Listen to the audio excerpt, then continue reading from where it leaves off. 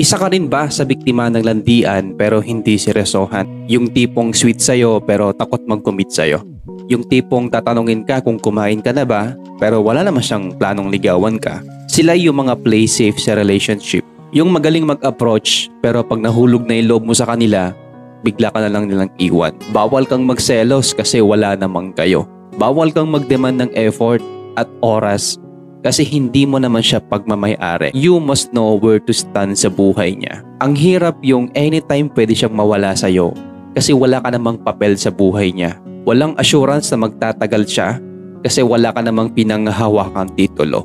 Habang siya, pa-chill-chill lang, parang wala lang sa kanya kasi pastime ka lang naman. Huwag mong sayangin ang sarili mo sa taong wala namang kasiguraduhan. Huwag mong antayin yung isang araw na paggising mo at durog na durog ka pero hindi mo na siya mahagilap kasi akala mo mag-i-stay pa siya. Love is risky. Sometimes, the person you love is not worth the risk. Malay mo, habang ikaw loyal sa kanya, siya naman to, pa-chill-chill lang, busy sa iba. Anytime pwede siyang lumandi, pero wala kang magagawa kasi hindi mo naman siya pagmamay-ari.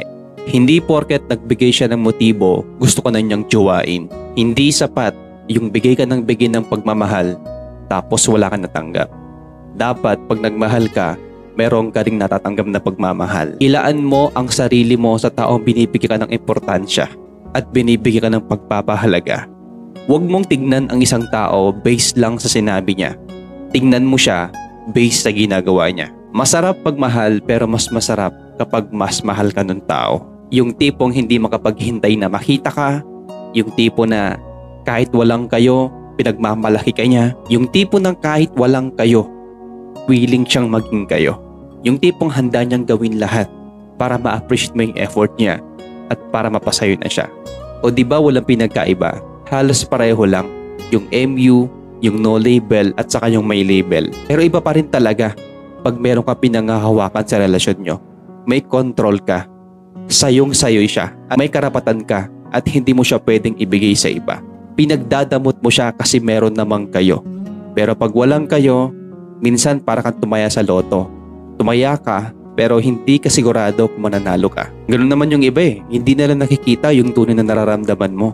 Hindi niya nakikita na nasasaktan ka na pala sa pinagagawa niya. Hindi niya nakikita na ikaw yung future niya. Ang nakikita niya lang, parahusan ka.